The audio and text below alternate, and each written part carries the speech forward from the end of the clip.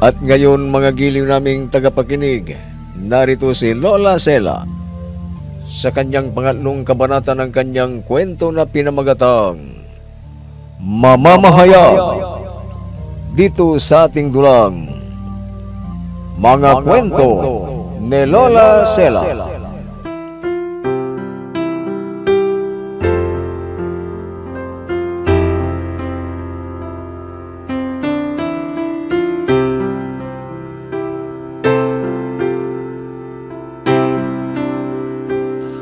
Habang nag-uusap sila Erba at Rhea sa kantina, ay biglang dumating si Joel at galit na galit. At pinipilit na ilayo kay Rhea si Erba at kausap. Pero tumanggi ang dalaga at pinipilit pa rin. Kaya pinigilan siya ni Rhea, pero itinulak siya. Kinagabihan na naginip si Joel ng isang lumang computer na may script na pinapakita para sa programa. Isang araw, naawa si Rhea sa isang lalaki na nagmamakaawang ibenta sa kanya ang lumang computer at nabili ito. Isang araw, napansin ni Joel ang lumang computer sa ibabaw ng mesa ni Rhea. At nagulat siya dahil yon ang computer na napanaginipan niya.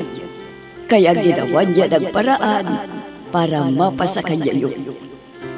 Pagsapit ng gabi, susubukan na sana ni Joel na gamitin ang computer. Pero walang nangyari. At nangyayain na siya ng kanyang asawa na matulog, ay may napansin itong katabi ng asawa na may sugay at mahabang pangit. Kinaumagahan, napansin ni Rhea kagad, nawawala ang computer. Pero sinabihan sila ni Joel na gawa-gawa lamang ni Rhea para pagbintagan ang mga gwardya at janitor.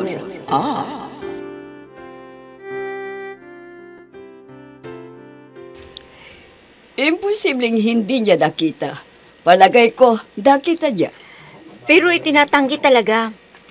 Wala daw siyang nakita, ma'am. Di naman siguro magsisinungaling yung tao. Kasi matagal na siyang gwardiya dito eh. At subok na natin siya. Talagang mapagkakatiwalaan, ma'am. Kailangan na mapaimbestigan natin sa pulis ang janitor at gwardiya. Opo, ma'am.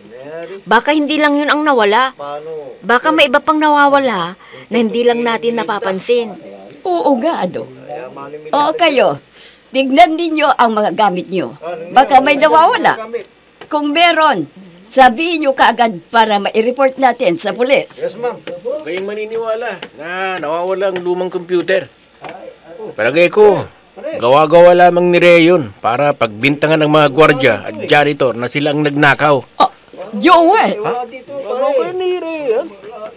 Oo, dahil masamang tao ang Rhea na yun. Kilalang kilala ko siya. Kumari ko pa nga siya eh. Tumigil ka, Joel. Matagal nang nagtatrabaho dito si Rhea. Nag-umpisa pa yan sa field reporter, naging newscaster, at ngayon, anchor na siya. May sariling programa na rin. Kilalang kilala ko na ang pagkatao niya. At hindi ako naniniwala na magagawa niya ang binibintang mo sa kanya. Ha? Pero, Ma'am Charo... Tama na! Ito ang masasabi ko lang sa iyo. Mas malaki ang tiwala ko sa kanya kaysa sa iyo. Ma'am Charo...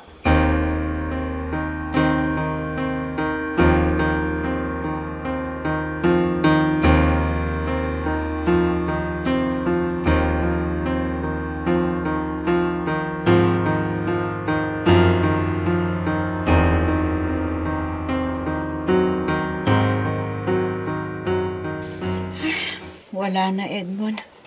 Wala na talaga yung lumang computer na binili ko. Ano bang resulta sa investigasyon ng mga pulis? Wala daw silang nakuhang lead para matukoy kung sino ang nagnakaw. Ganun ba? Wala kayang ibang nagnakaw sa opisina ninyo? Wala naman daw. Tinanong ng mga investigador ang mga kasama ko. Sabi nila, wala naman daw nawalan. Tanging yung lumang computer lang ang nawawala. Teka, hindi kaya nababalot ng hiwaga ang computer na yun? Ha?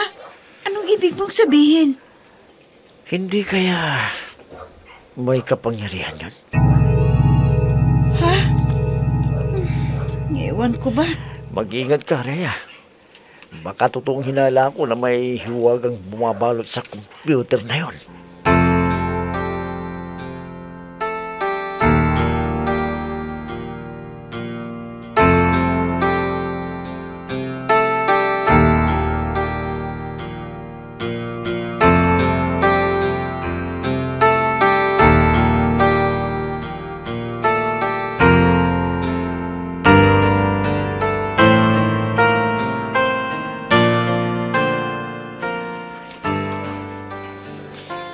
Magmamadali na ang araw na wala pa akong nakitang script na lumalabas sa computer.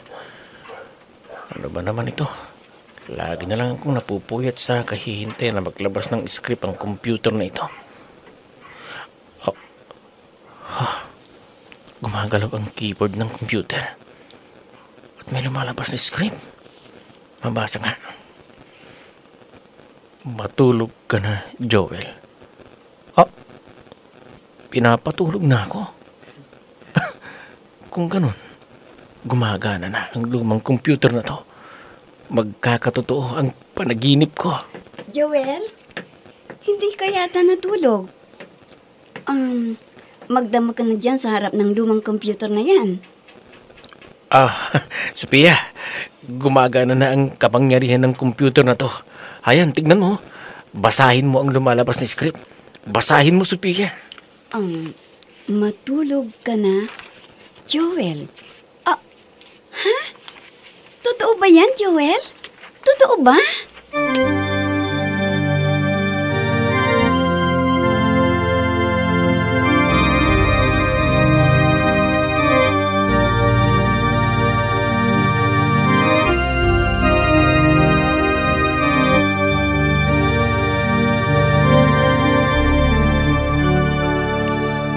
Erba, wala pa ba si Rhea?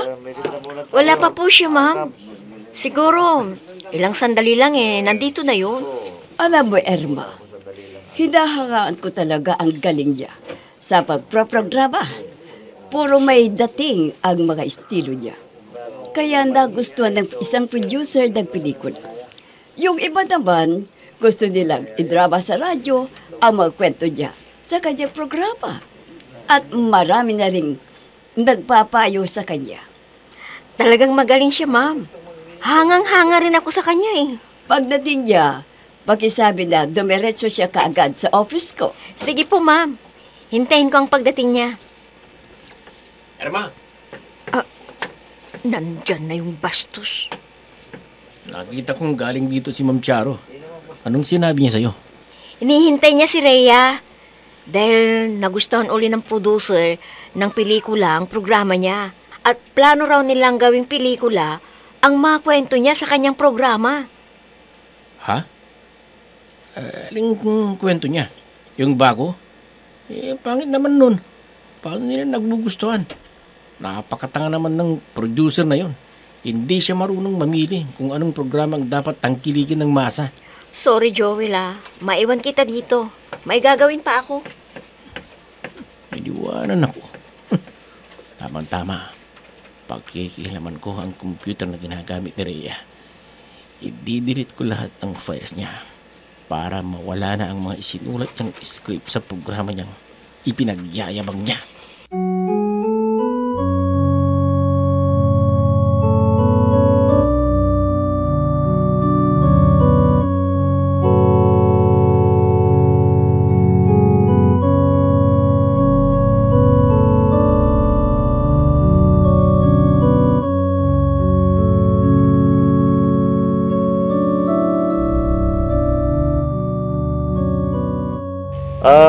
Tintin, anak. Tapos ka namang naligo. Liga na. Mag-almusal lang tayo, ha? Daddy, si Mami, tulog pa ba? Ha? Umalis na yung mami mo, anak. Kanina pa. Bakit mo ba siya hinahanap? Kasi napanaginipan ko siya kagabi. Ganun ba? Sandali lang, ha? Ihahain ko ang almusal natin, ha? Daddy, Hmm. natatakot ako. Bakit ka naman matatakot, anak? At dito man ako na dati mo. Kasi napanaginipan ko ang Mami kagabi. May isang mama raw na pumatay sa kanya. Tintin. Huwag mo nang isipin yan, anak. Panaginip lang yan. Pero parang totoo yun, Daddy. Kaya natatakot ako. Gusto kong pumunta sa kinaroroonan ni Mami. Hindi pwede, anak. Nagtratrabaho ang mami mo. Hintayin na lang natin siya mamaya, ha? Hindi, Daddy. Baka magkatotoo ang panaginip ko. Ayaw kong mawala si Mami. Ayaw ko, Daddy. Tama na, anak. Huwag ka nang umiyak, ha? Hindi mawawala ang mami mo. Hindi, anak. Basta, gusto kong dalhin mo ako doon sa kinaroroonan ni Mami, Daddy. Ngayon din, Daddy. Tintin.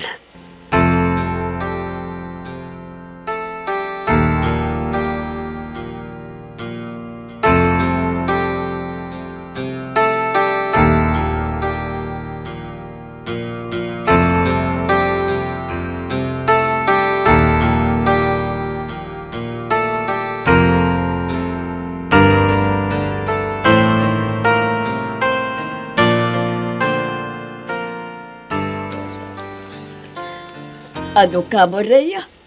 Nawawala ang lahat ng files mo sa computer mo? Opo, ma'am. May nakialam sa computer na ginagamit ko. Sino naman kaya ang nakialam? Sandali lang. Tatanungin natin si Erma. Erma! Halika ka sandali. May itatanong kami sa'yo. Ano po yan, Ma'am? Halika, pumasok ka at maupo ka. May itatanong lang kami sa'yo sandali. Naku po, Ma'am. May nagawa ho ba akong kasalanan sa inyo? Wala naman, pero may itatanong lang ako sa iyo. Ay, salamat. Ano po yung itatanong ninyo sa akin, Ma'am? Sino ba ang nakita mong nagpunta sa mesaneria kanina? Wala naman, Ma'am. Pero iniwan ko si Joel sa malapit doon. Dahil nainis ako sa dami ng tinatanong sa akin tungkol sa kwentong ginawa ni Rhea sa programa niya. Kung ganun, ma'am, maaaring si Joel ang nakialam sa computer na ginagamit ko. Yun din ang hinala ko. Kaya mag-ingat kayo sa kanya. Palagay ko, may masamang balak ang taong yun. Kaya, hindi magtatagal. Tatanggalin ko na siya.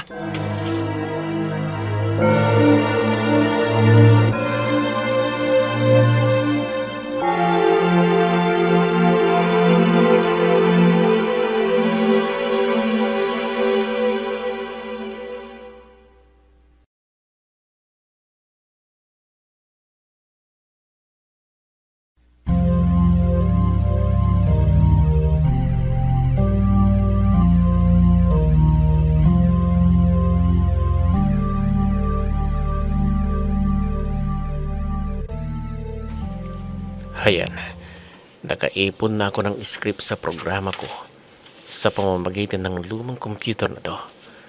Pero hanggang umpisa lang ang kwento, hindi ako makaisip kung anong dugtong ko. Naantok na naman ako. Wala pa akong maisip. Pero pipilitin kong gumawa. Kailangan mapatunayan ko na mas magaling kong writer kaysa kay Rhea na yun. Talagang inaantok na ako. Hindi ko na malabanan ang antok ko. Pero kailangan makagawa ako sa kabing ito ng kakaibang kwento.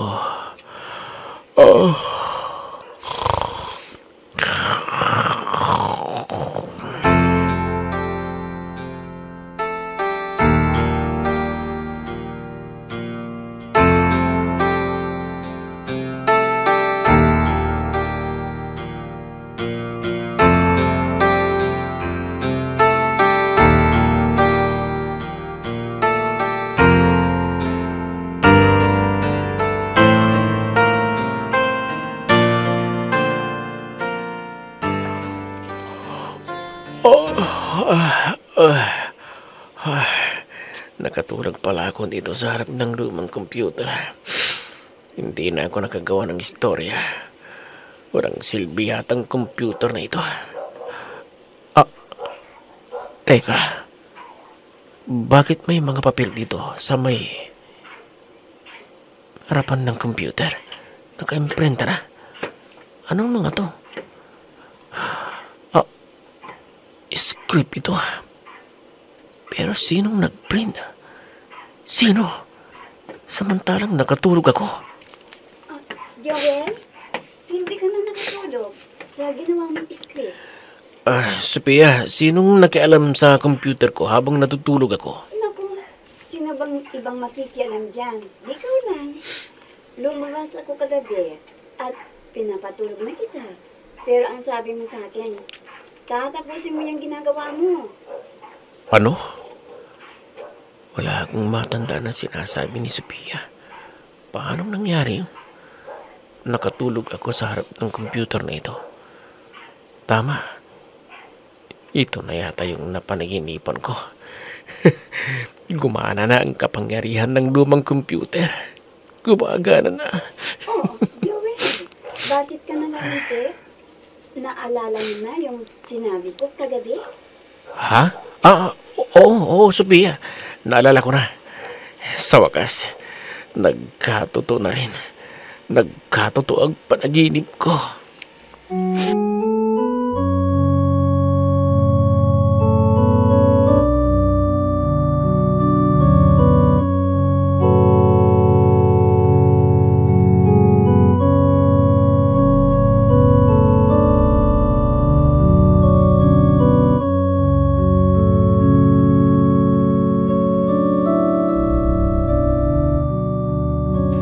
Oh, sige. Kumain lang tayo. kain Magsaya tayo sa Tagumpay Diriya. At tagumpay din natin itong lahat. Oh, sige na. Buisit. Magsawa kayo dyan ng magkain. Nagpaparati si Ma'am Charo dahil sa Rhea na yan. Natsamban lang niya. Kaya nagustuhan ng producer yung kwento niya. Pagkatapos ng party, kakausapin ko si Ma'am Charo at ipapabasa ko itong dala kong script. Tiyak, mamamanghayon sa kwentong ito na ginawa ng lumang computer. Hindi magtatagal. Lalaos ka na, Rhea. At ako na rin ang paparangalan ni Ma'am Charo. Oh, Joel, bakit ka nandyan sa sulok? Halika, kumain ka na rin. Makisalo ka sa amin para sa Tagumpay Diriya. At tagumpay nating lahat.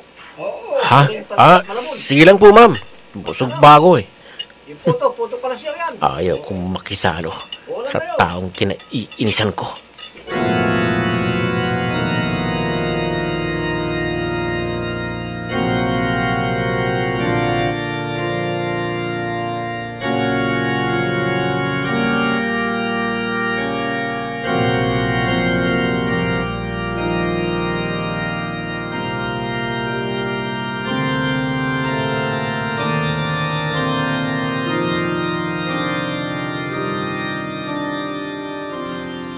Irma, nandyan pa ba yung producer ng pelikula sa office ni Ma'am Charo?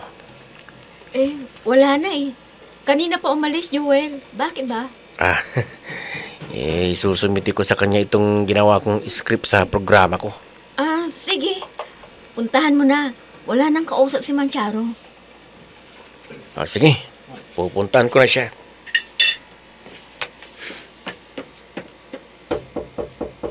Hindi na kalakyan, pasok ka na. Good morning, Ma'am Charo. Oh, ikaw pala, Joel. Anong kailangan mo? Meron po akong ginawang kwento. Pakibasa na lang.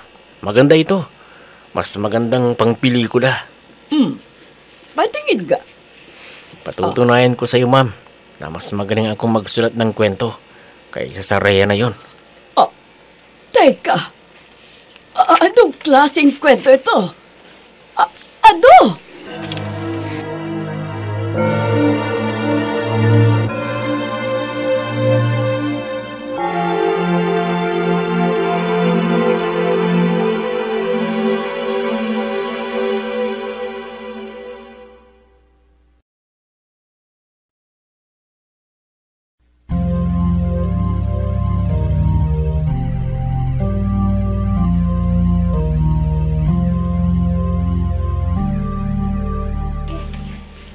Ano kaya ang nabasa ng producer nila Joel?